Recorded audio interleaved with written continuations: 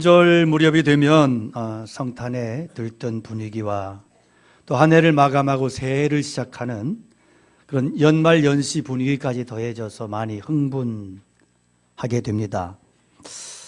그런데 이번 성탄절 분위기는 그 어느 때보다 썰렁하고 또 가라앉아 있습니다. 아무래도 사회적 분위기 때문에 더 그런 것 같습니다. 경기 침체, 정치적 혼란과 갈등, 남북관계, 북미관계, 어떤 외교적인 문제들, 그리고 진보와 보수, 좌우파의 갈등과 분열과 싸움, 어느 곳에서도 성탄의 분위기, 또 평화의 모습, 이런 분위기를 찾아볼 수 없는 안타까운 상황이 아닌가 싶습니다. 더 큰 문제는 우리 신앙의 위기입니다. 평화의 왕으로 오신 예수님이 가져다 주시는 그 평화를 도무지 못 느낀다는 거예요. 그런데 생각해 보면 사회적인 분열과 싸움, 전쟁, 기근, 이런 모든 문제들은 오늘날보다 예수님 당시가 더 치열하고 심각했습니다. 위기로 따진다면 그때가 지금보다 훨씬 더 심각한 큰 위기였습니다. 인권을 찾아볼 수 없었고 전쟁과 폭력이 지금보다도 일상화된 그런 시대였기 때문에 문제는 우리의 태도와 마음가짐입니다.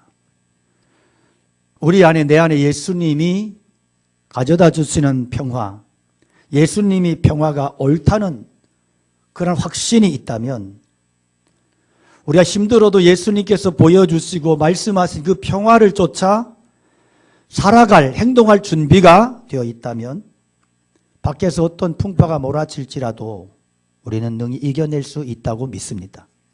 참된 평화, 하늘로부터의 평화를 능히 아무리 세상이 복잡하고 심란해도 그 속에서 하늘의 평강과 은혜를 살아갈 수 있다고 믿습니다. 예수님은 평화의 왕으로 이 땅에 오셨어요.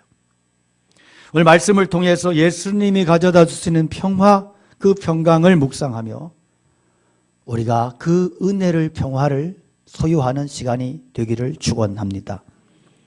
자, 누가복음은 예수님 탄생 소식을 전하면서 당시 시대 상황을 말씀하고 있는데 1절에 이때의 가이사 아구스도가 영을 내려 천하로 다 호적하라고 했다.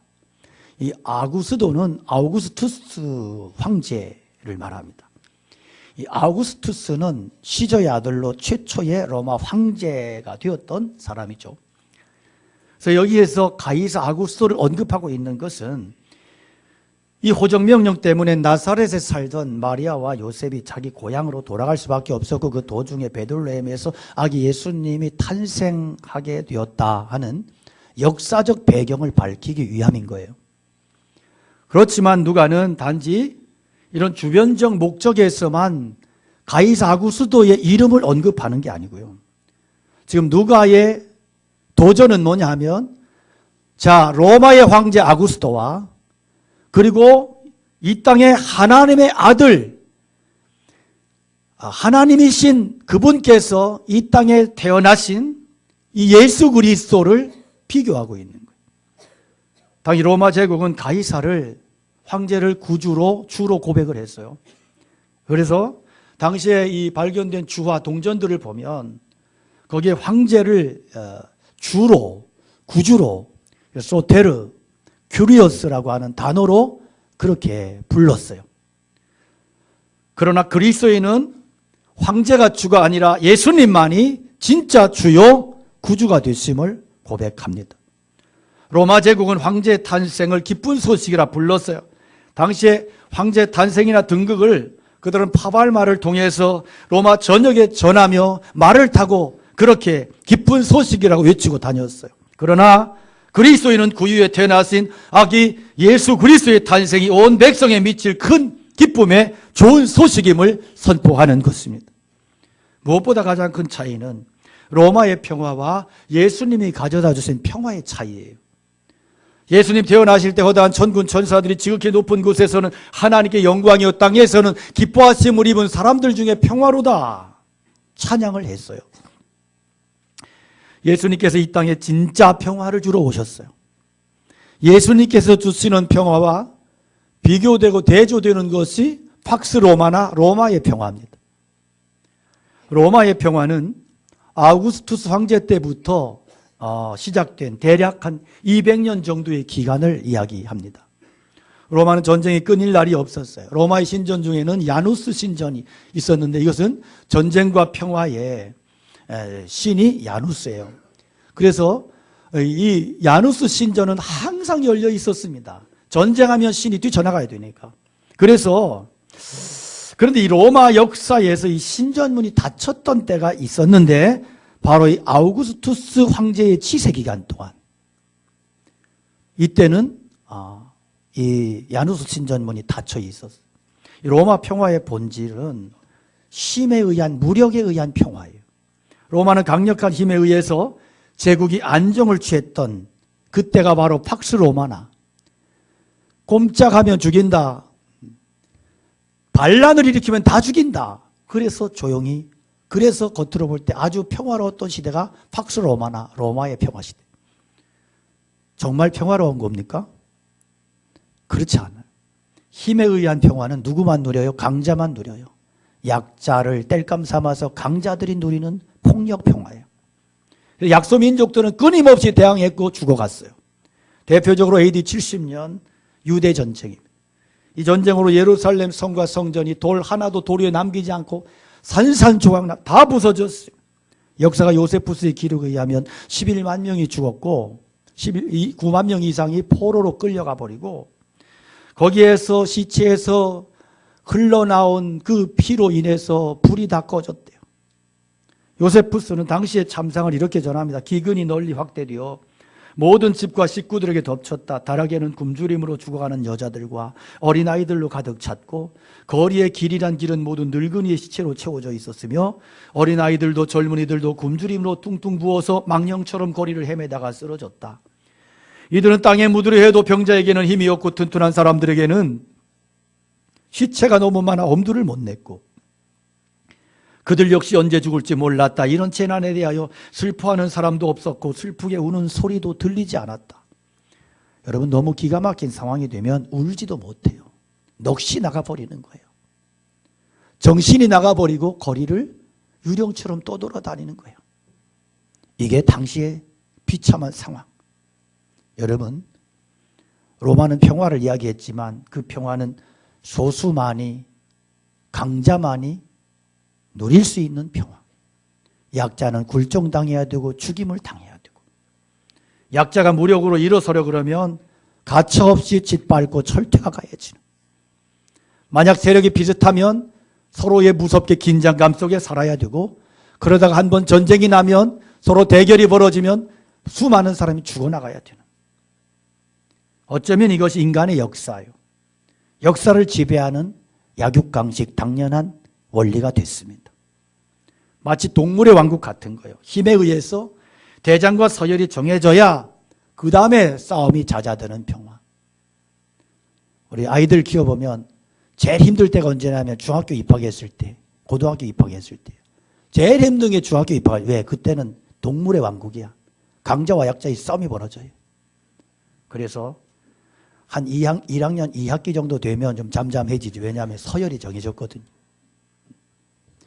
예수님 당시에도 유대 사회는 힘의 논리가 지배하고 있었습니다. 힘이 약한 유대 민족은 어떻게든 힘을 길러서 로마의 지배로부터 벗어나려고 했어요. 예수님은 힘을 대항하려는 유대 민족을 보시고 안타까워하십니다. 거기에는 참된 평화가 없고 계속되는 칼부림과 비참한 죽음만이 기다리고 있었음을 잘 아셨기 때문에 그래서 예루살렘 성을 보시면서 통곡하시죠. 오늘날 평화에 관한 일을 너희가 알았다면 좋을 뻔했구나. 지금 너의 눈에 숨기었도다. 날이 이를지라 네 원수들이 토성을 쌓고 너를 둘러 사면으로 가두고 또 너와 및 그 가운데 있는 네 자식들을 땅에 메어치며 돌 하나도 도로 위에 남기지 아니하리니 이는 보살핌 받는 나를 네가 알지 못함을 이남이라. 예수님 유대민족 향해서 뭐라 그래요? 너희들이 그렇게 한 거하고 그러는데 평화에 대해서 너희들은 모르고 있다. 평화의 길을 모르기 때문에 그런다. 평화는 힘으로 이루어지는 게 아니라는 거예요. 오히려 약함과 자기 희생 속에서 주어짐을 예수님이 보여주셨어요. 그래서 겟세마네 동산에서 자신을 잡으러 온 사람들을 향해서 칼을 휘두르는 베드로에게 말씀하세요. 너 칼도로 집에 꽂아. 칼 쓰면 칼로 망한다. 그리고 당신의 능력을 숨기시고 끝까지 십자가에 매달려 죽으셨어요. 이것이 예수님께서 보여준 평화의 길이에요. 끝까지 그렇게 하셨어요. 그러면서 유대민족을 비롯한 온 인류가 진짜 평화를 얻고 그런 평화의 길을 가기를 예수님은 그토록 원하셨습니다. 오늘 본문은 예수님 탄생 당시의 모습을 전하는데 예수님 하나님이신데 인간의 몸을 입고 오셨어요. 태어나셨어요. 하나님의 강함을 버리시고 인간의 약함을 취하셨어요. 예수님은 왕의 후손이나 정말로 금수저 좋은 핏줄 혈통 타고 태어나지 않으셨어요. 예수님은 약하고 무명한 요셉의 가문에 태어났습니다. 예수님의 출생은 주변의 사람들로부터 환영받지 못하는 출생. 일가 친척 중에 예수님 탄생 기뻐한 자 한 사람도 없고요. 베들레헴 사람 중에도 예수님 탄생 기뻐한 자 1도 없었어요. 태어나서는 안 되는 아이가 태어난 것처럼 예수님은 사람들로부터 무차별 거부당하고 결국 아무도 환영해 주는 사람이 없어서 짐승의 새끼들이 울글거리는 그 먹이통에서 태어나셔야만 했습니다. 성경에 보면 마리아의 집안에 대해서 아무 말이 없어요. 아버지가 누구였는지, 어머니가 죽었는지 살았는지. 이것은 그들의 믿음이 성경적으로 이야기할 가치가 없기 때문에 그랬을 거예요. 딸이 신부대금도 받기 전에 임신했다는 것은 아비에게 큰 수치요 치욕이요. 마리아가 자기 집에서 얼마나 천대를 받았고 요셉이 얼마나 죄인 취급을 받았을까 능히 짐작할 수 있습니다. 그나마 돌에 맞아 죽지 않은 것이 다행일 거예요. 베들레헴 사람들도 뭘 알았는지 아무도 마리아 위에서 방 비워주는 자들이 없었어요. 이걸 보면 마리아가 예수님 임신함으로 얼마나 굴욕을 당했고 예수님의 출생이 얼마나 환영받지 못한 출생이었는가를 알 수 있어요. 예수님의 출생은 사생아 수준의 출생 수준이에요. 먼 길 호적하러 가는데 굳이 임신한 마리아가 왜 따라갔을까? 동행할 수밖에 없었다는 거예요. 그가 얼마나 그렇다면 마리아가 얼마나 궁지에 몰렸고 사람들의 무시와 비난을 받고 있었는지 가히 짐작할 수 있는 대목이죠. 결국 예수님은 아무도 환영하고 받아주는 자들이 없어서 짐승이 새끼 낳는 곳에서 태어나셨고 짐승의 먹이통에 누우셨습니다. 자, 겉으로만 보면 예수님의 출생은 이리도 불쌍할 수가 없어. 그냥 은혜 받아서 우는 게 아니고 불쌍해서 울 지경이야. 그리고 마리아가 예수님 하나님 말씀에 순종해서 그리스도를 낳았다고 하지만 이렇게 철저하게 사람들에게 외면당하고 버림당했을 때 얼마나 마음이 상하고 비통했을까 능히 짐작할 수 있어요. 예수님 탄생 소식 들었던 사람들 8절에 보니까 그 지역의 목자들이에요. 우리는 목자들 그러면 어떤 목가적인 어떤 전원적인 상당히 좋은 그림을 떠올리지만 당시의 목자들은 사람 취급을 받지 못했어요. 비천한 직업. 목자들은 재판정에서 증인으로도 이 자격도 없었어요. 왜냐하면 당시의 목자들은 질이 낮았거든요. 질이 나빴거든요. 그래서 깡패, 불량자 취급을 당했고 그래서 당시에 이 목자 양측에는 세리와 고리 대금업자들과 더불어서 3대 악한 직업, 나쁜 직업군에 속했던 사람들. 그들로부터 환영을 받았다. 사람들은 아무도 알아주지 않는 거야. 그럼에도 불구하고 천군 천사들이 등장해서 놀라운 하늘의 찬양이 울려 퍼집니다. 천사들은 무언가 비상한 통치의 시작을 예고하고 있습니다. 가난한 목자들에게 주의 천사가 나타나셔서 곧 복음을 외치고 있어. 이 땅에 구세주 그리스도 주관하셨다. 무서워하지 말라. 보라, 내가 온 백성에 미칠 큰 기쁨의 좋은 소식을 너희에게 전하노라. 오늘날 다윗의 이 동네에 너희를 위하여 구주가 나셨으니 곧 그리스도 주시니라. 이 말씀은 아우구스투스 황제가 지배하는 그 시대에 지금 전혀 다른 통치, 하늘의 통치, 하나님 나라의 통치가 시작되고 있다는 선포예요. 수많은 천사들은 이 통치가 하나님께 영광이 되고 땅에는 평화가 될 것이라고 노래합니다. 지극히 높은 곳에서는 하나님께 영광이요 땅에서는 기뻐하심을 입은 사람들 중에 평화로다. 로마의 거짓 평화 속에 또 다른 종류의 평화, 즉 그리스도의 평화, 팍스 크리스티, 이 평화가 시작된 거예요. 예수님의 평화는 팍스 로마나 무력에 의한 강자적인 평화, 약자를 무시하는, 약자를 제물로 장작돼서 강자들이 폭식하고 누리는 그런 거짓 평화, 폭력 평화가 아니고 비무장의 평화, 모든 것을 수용하고 모두가 함께 누릴 수 있는 평화. 스스로 무장을 해제함으로써 상대방도 무장을 해제하게 만들어버리는 평화. 그래서 이 평화는 마치 어린아이 앞에서 누리는 평화와 같은 거예요. 우리는 강한 자 앞에 서면 긴장해요. 위축해요.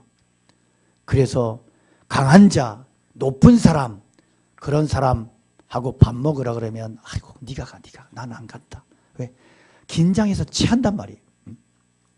약자 앞에서는 어때요? 한없이 평화로워. 한없이. 그래서 어린아이를 안고 있으면 어때요? 행복해요. 왜? 애는 나를 나를 치질 않아요.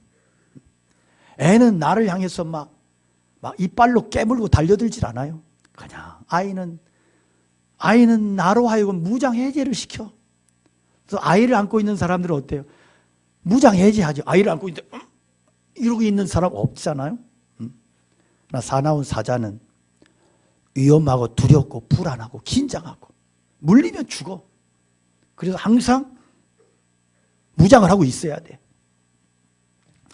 여러분, 예수님이 우리에게 주시는 평화, 예수님께서 마구간에 오신 이유, 예수님이 마구간에 오셨기 때문에 내가 예수님을 향하여 무장 해제하고 그분을 영접할 수 있고, 예수님이 십자가에 매달려 그렇게 돌아가신 까닭에 우리는 그 예수님을 내가 친구로 삼고 예수님을 무장 해제하고 그분의 은혜를 내가 받아들일 수 있는 거예요. 구약의 하나님은 마치 사자 같은 하나님 아닙니까? 그 죄인된 인간은 가까이 갈 수 없고 만나면 죽어. 두려워 떨 수밖에 없어. 그래서 하나님은 자기를 비워 종의 형체를 가져 사람이 되셨고 죽기까지 십자가에 죽으시고 마치 어린아이처럼 죄인들을 무장 해제시키시는 사랑의 하나님이신 거예요. 여러분, 내가 원하는 하나님 어떤 하나님이세요? 강한 하나님이시죠? 약한 하나님, 여러분 재미없잖아요. 관심도 없잖아요. 나는 전능하신 하나님, 내 모든 문제를 해결해 주시는 능력의 하나님, 대부분 다 이렇게 하나님을 원해요. 내 모자란 부분을 채워주고 물질을 채워주고 내 욕망을 채워주는 하나님. 기도할 때 하늘에서 벤츠가 10대 20대 툭툭 떨어져서 나를 갑부 만들어주는 그런 하나님. 이게 우리가 원하는 하나님이지 않습니까? 물론 하나님 내 필요를 채워주시는 하나님이신 건 맞아요. 그런데 그렇게 채워졌더니 행복하든가?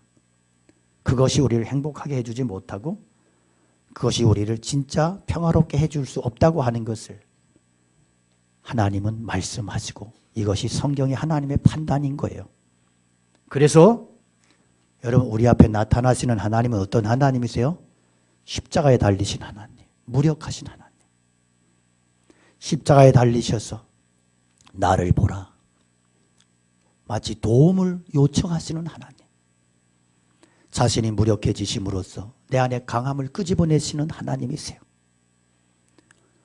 보네포라고 하는 신학자는 자신의 옥중서간에서 이렇게 기록합니다. 하나님은 이 세계에 있어서는 무력하고 약하시다. 그리고 하나님은 이렇게 무력하고 약함을 통해서 또 이것을 이렇게 함으로써만 우리들과 함께 계시고 우리를 도와주신다. 그리스도는 그의 전능에 의해서가 아니라 그 약하심과 고난에 의해서 우리를 도와주신다 그랬어요. 알아듣는 분만 알아들으세요. 이어서 보네포는 이 세상 종교의 가르침과 성경의 가르침의 차이를 주장을 하는데, 자, 일반 종교는 인간이 곤경에 빠졌을 때 신에게 호소하고 신에게 부르짖도록 그렇게 인간을 가르친다. 일반 종교다. 이것이 인간이 가지고 있는 종교적 본능이기도 하다. 그래서 곤경에 빠지면 불신자도 하나님 찾고요, 스님도 물에 빠져 죽어갈 때 하나님을 찾는다 하죠. 그래서 보네포는 그런 신앙은 인간이 만들어낸 기계장치와 같은 신이다, 그렇게 이야기를 해요. 그러면서 성경은 성경에 말씀하시는 하나님, 그 하나님은 인간에게 오히려 당신의 무력과 고난을 가르치신다. 고난을 당하는 신만이, 하나님만이 우리를 도와주실 수 있다, 그렇게 설파했어요. 여러분, 여기에 십자가의 비밀이 있어요.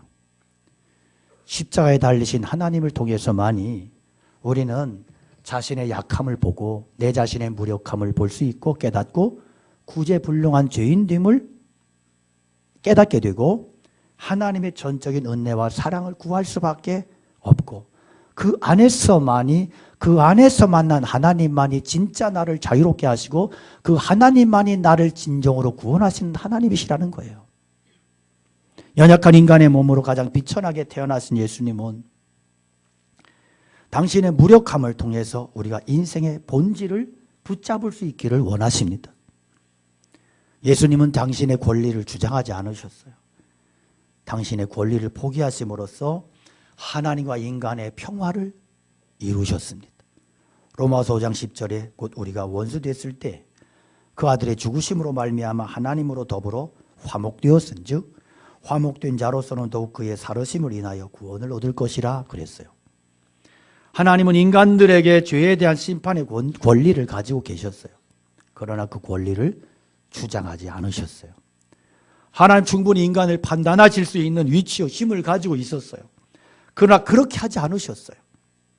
대신에 예수님은 십자가 위에서 당신의 모든 죄를 다 뒤집어 쓰심으로 원수되었던 하나님과의 관계를 하나 되게 만드셨습니다. 에베소 2장 15절에 원수된 것 곧 의문에 속한 계명의 율법을 자기 육체로 폐하셨으니 이는 이 둘로 자기의 안에서 한 세 사람을 지어 화평하게 하시고 또 십자가로 이 둘을 한 몸으로 하나님과 화목하게 하려 하심이라. 원수된 것을 십자가로 소멸하셨느니라. 예수님께서는 자기 몸을 희생하심으로써 원수되었던 하나님과의 관계뿐만이 아니라 이방인과 유대인의 관계도 철폐하시고 온 인류를 모든 벽을 다 깨뜨려 버리시고 허물어 버리시고 한 가족으로 그렇게 불러주셨어요. 그리스도 안에서는 그래서 어떤 경계가 없는 거예요. 그리스도 안에서 경계를 세운다면 이건 잘못된 신앙이다. 그리스도 안에서는 모든 것이 하나일 수밖에 없고 하나를 이루어야 된다. 이것이 십자가를 통해서 그리스도께서 우리 안에 부으시는 은혜요, 이것이 새로운 피조물이라고 하는 새 사람이라고 하는 의미가 여기에 있는 거예요.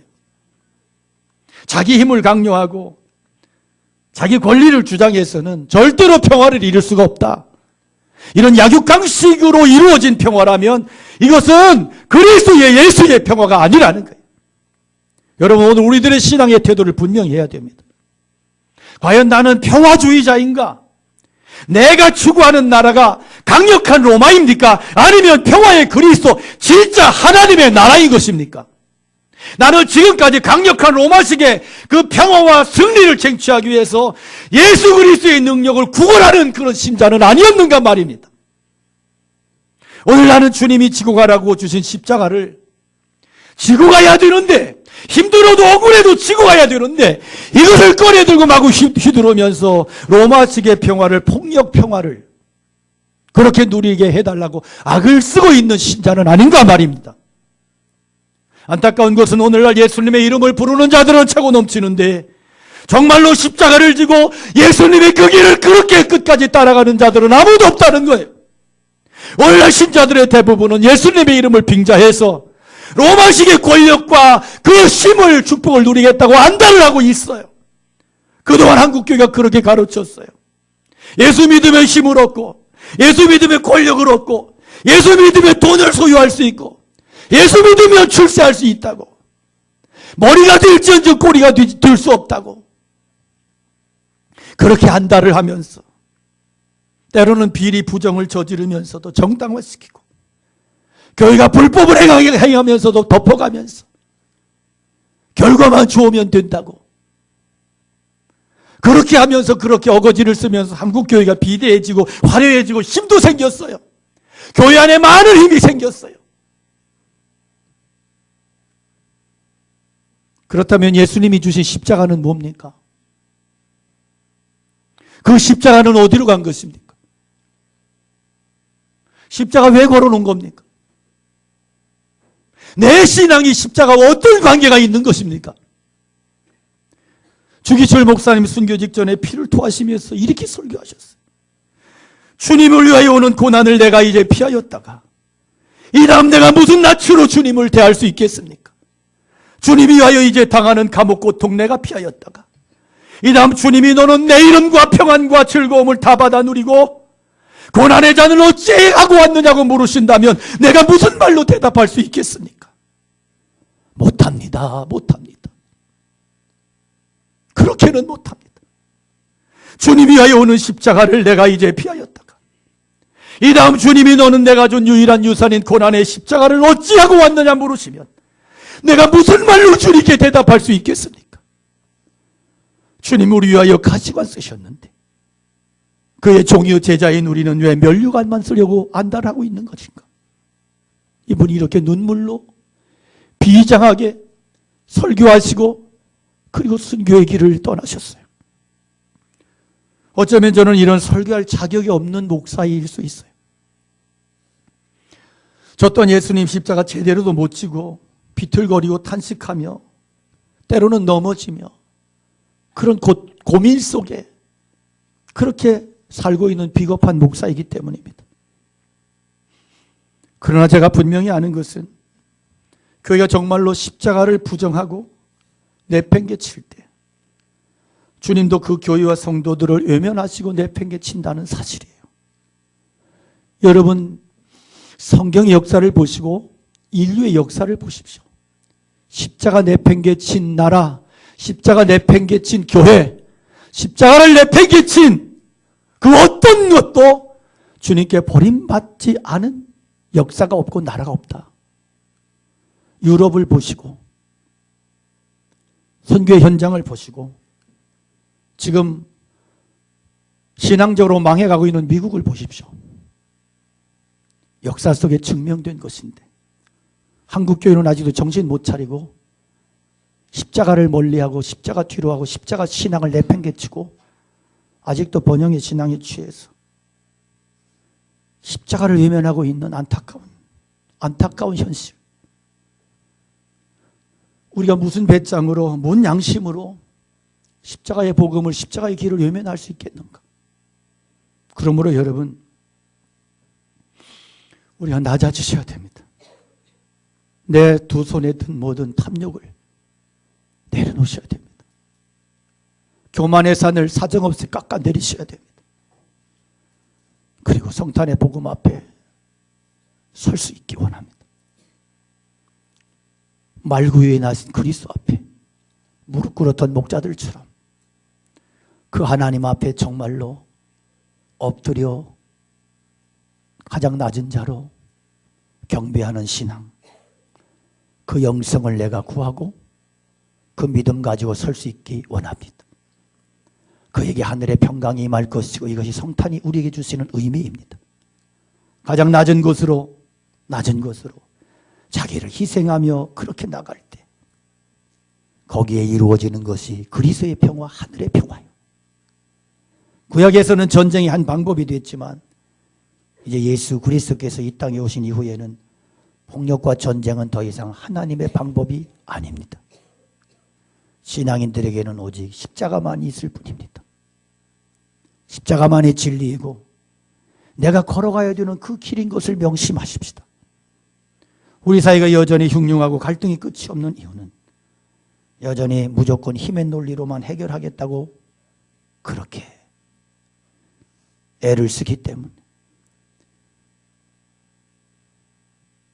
신앙인들은요, 힘이 아니라 양보와 희생과 죽음이 평화를 가져다 준다고 믿는 사람들이에요.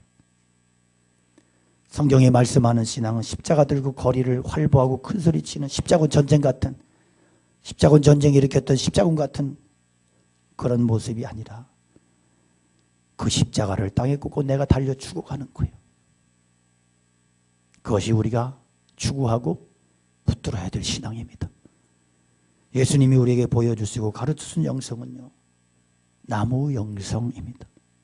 예수님 나무통에 나셨고요, 나무 일을 하셨고 마지막 십자가에 달려서 인류의 죄를 태우시는 땔감이 되셨어. 사랑하는 성도 여러분, 낮아지시기 바랍니다. 정말로 우리의 마음을 다 비울 수 있게 원하고 로마식의 폭력 평화를 위해서, 이기적 평화 위해서 신앙을 수단 삼는 일을 이제는 더 이상 하지 마시기 바랍니다. 하늘 영광 포기하시고 비천해지신 그 주님의 은혜로 내가 구원받았다고 진짜 믿는다면 끝까지 주님이 가신 그 길을 가는 것이 맞습니다. 그것이 진짜 신앙의 길이고 그것만이 진짜 믿음입니다. 오직 그에게 하늘의 평화, 그리스도의 평안과 하늘의 축복이 영원토록 함께할 것입니다. 우리 함께 말씀 기억하면서 찬양 올려드리겠습니다.